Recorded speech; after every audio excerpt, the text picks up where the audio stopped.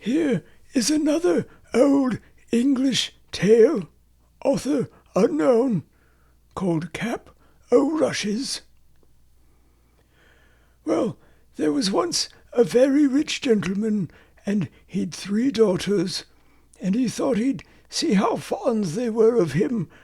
So he says to the first, "How much do you love me, my dear?"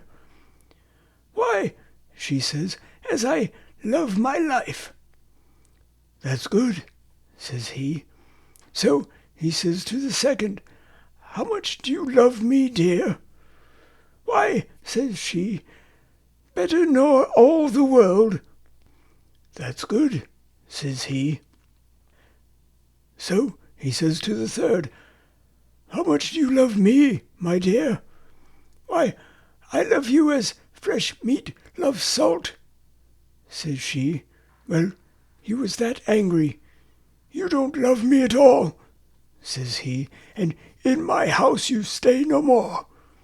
So he drove her out there and shut the door in her face.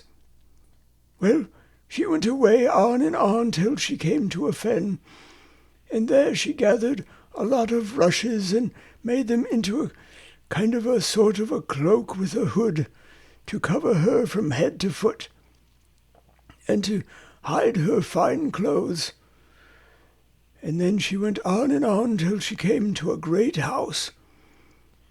"Do you want a maid?" says she. "No, we don't," said they. "I haven't nowhere to go," says she, "and I ask no wages and do any sort of work," says she. "Well," says they, "if you like to wash the pots and scrape the saucepans, you may stay," said they. So she stayed there and washed the pots and scraped the saucepans and did all the dirty work, and because she gave no name, they called her Cap o' Rushes. Well, one day there was to be a great dance a little way off, and the servants were allowed to go and look on at the grand people. Cap o' Rushes said she was too tired to go, so she stayed home. But when they were gone, she offed with her cap o' rushes and cleaned herself and went to the dance. And no one there was so finely dressed as her. Well, who should be there but her master's son? And what should he do but fall in love with her the minute he set eyes on her? He wouldn't dance with anyone else.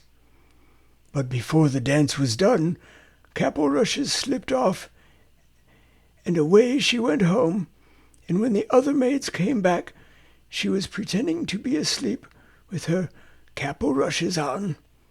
Well, next morning they said to her, "You did miss a sight, Cap o' Rushes." "What was that?" says she. "Why, the beautifulest lady you ever see, dressed right gay and ga. The young master, he never took his eyes off her." "Well, I should have liked to have seen her," says Cap o' Rushes. "Well, there's to be another dance this evening, and perhaps she'll be there." But come the evening, Cap o' Rushes said she was too tired to go with him. Howsoever, when they were gone, she offed with her cap o' rushes and cleaned herself, and away she went to the dance. The master's son had been reckoning on seeing her, and he danced with no one else, and never took his eyes off her.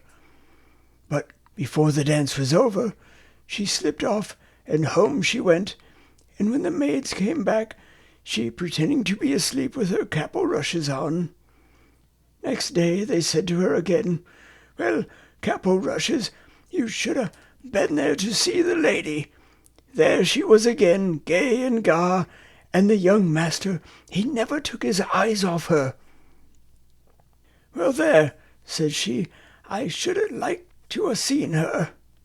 "Well," says they, "there's a dance again this evening, and you must go with us, for she's sure to be there." Well, come this evening, Cap o' Rushes said she was too tired to go, and do what they would, she stayed at home. But when they were gone, she offed with her cap o' rushes and cleaned herself, and away she went to the dance. The master's son was rarely glad when he saw her. He danced with none but her, and never took his eyes off her. When she wouldn't tell him her name, nor where she came from, he gave her a ring and told her if he didn't see her again, he should die. Well, before the dance was over, off she slipped, and home she went. And when the maids came home, she was pretending to be asleep with her cap o' rushes on. Well, next day they says to her, "There, Cap o' Rushes, you didn't come last night, and now you won't see the lady, for there's no more dances."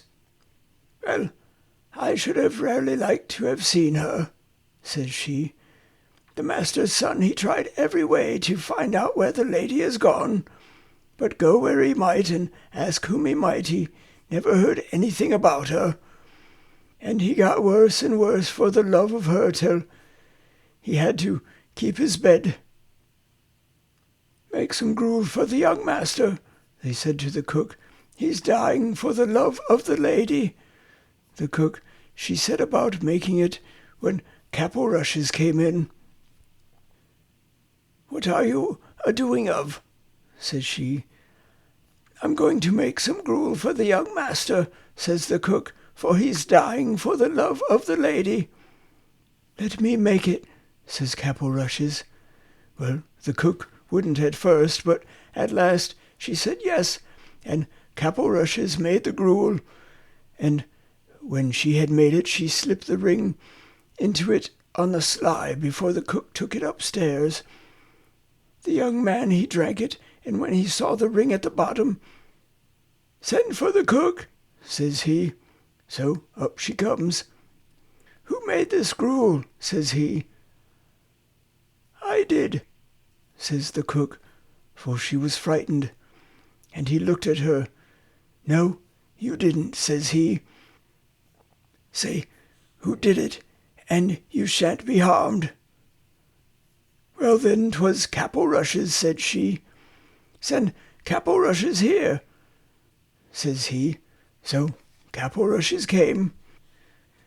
"Did you make my gruel?" says he. "Yes, I did," says she. "Where did you get this ring?" says he. "From him that gave it me," says she. "Who are you then?" says the young man. "I'll show you," says she, and she offed with her Cap o' Rushes, and there she was in her beautiful clothes. Well, the master's son, he got well very soon, and they were to be married in a little time. It was to be a very grand wedding, and everyone was asked, far and near, and Cap o' Rushes' father was asked, but she never told anybody who she was. But before the wedding she went to the cook, and says she, "I want you to dress every dish without a mite o' salt." "That'll be rare nasty," says the cook. "That doesn't signify," says she. "Very well," says the cook. Well, the wedding day came, and they were married, and after they were married, all the company sat down to the dinner. When they began to eat the meat, that was so tasteless they couldn't eat it, but Cap o' Rushes' father tried, first one dish and then another, and then he burst out crying. "What is the matter?" said the master's son to him. "Oh," says he, "I had a daughter, and I asked her how much she loved me, and she said, 'As much as fresh meat loves salt,' and I turned her from my door, for I thought she didn't love me. And now I see she loved me best of all, and she may be dead for aught I know." "No, father, here she is," says Cap o' Rushes, and she goes up to him and puts her arms round him. And so they were happy ever after.